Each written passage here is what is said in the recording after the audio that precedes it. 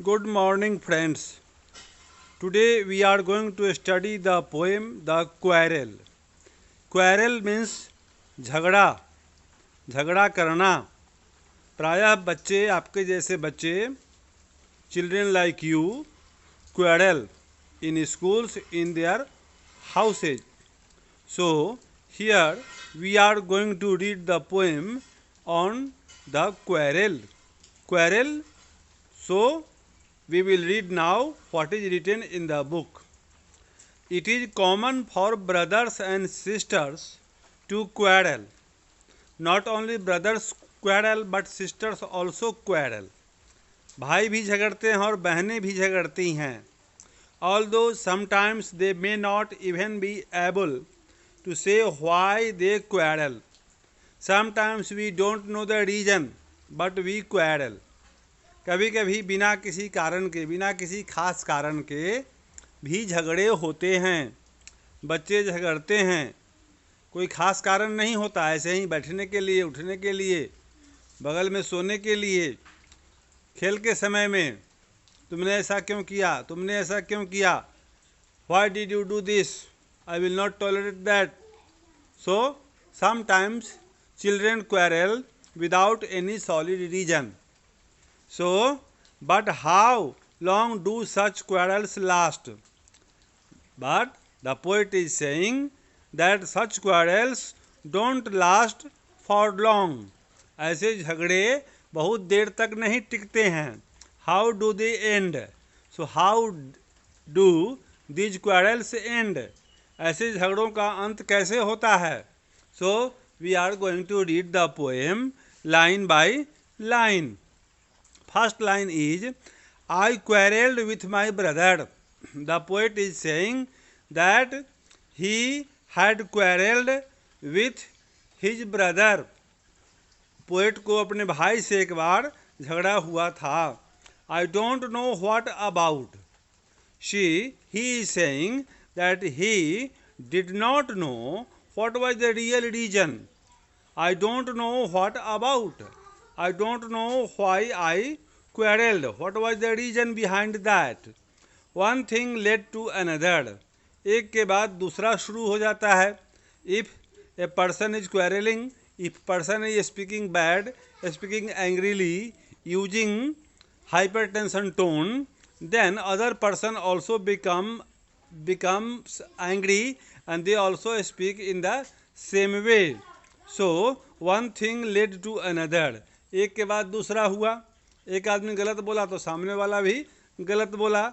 So and somehow we feel out that the start of it was slight, and then we feel that the poet felt, महसूस किया कि उसका जो कारण था, the starting point of the quarrel, starting reason of the quarrel was very slight. Slight मतलब बहुत ही हल्का, बहुत ही छोटा सा कारण था.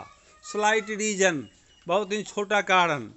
झगड़ा जो हुआ था उसका कारण, रीजन बहुत छोटा था. Slight reason was there behind that quarrel and we started quarrelling. The end of it was strong but the end of that quarrel became a powerful and.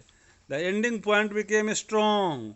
Once the poet quarrelled with his brother and he knew that the reason was very slight, but at last when the quarrel ended, the effect became very powerful.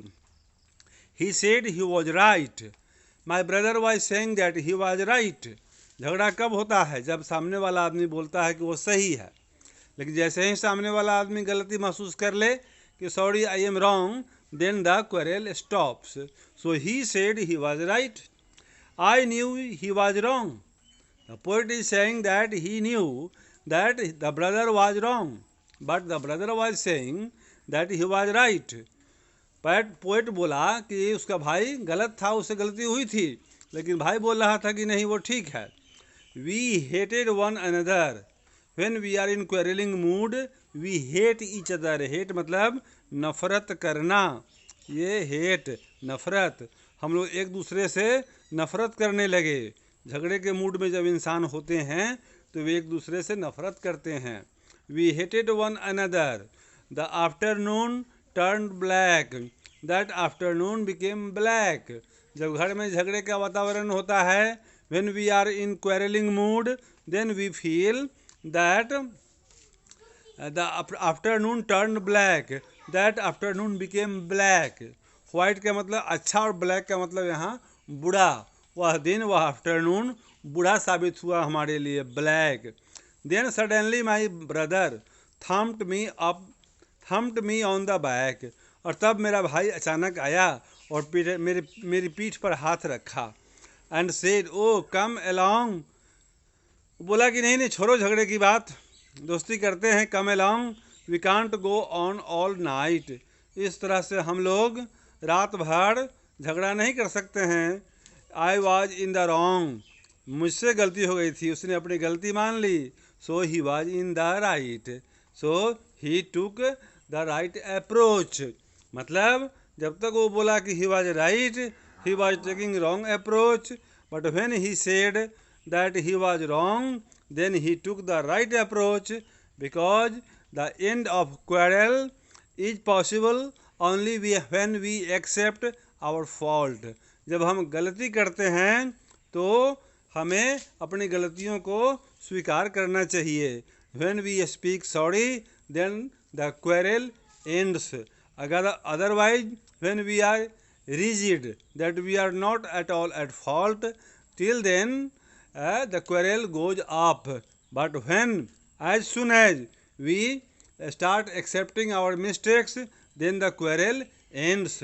इसलिए इस poet में जो poet है इलिनर फर्जन, ये आपको ये बोले कि आपको झगड़ा करना चाहिए तो सॉरी बोलने को तैयार रहना चाहिए, क्योंकि जब तक आप अपने आप को सही साबित करोगे तब तक आपका झगड़ा एंड होने वाला नहीं है. लेकिन जब आप अपने आप को सॉरी मान लोगे तो आपका झगड़ा एंड हो जाएगा. ये झगड़ा एंड करने का तरीका है. So this is the poem on the quarrel. I think that I had taught this chapter for you and it had become quite clear, understandable. If any problem, you may put your demand in the comment box. According to that, I will do the work, rest work. Thank you for viewing. Thank you once again. Have a nice day.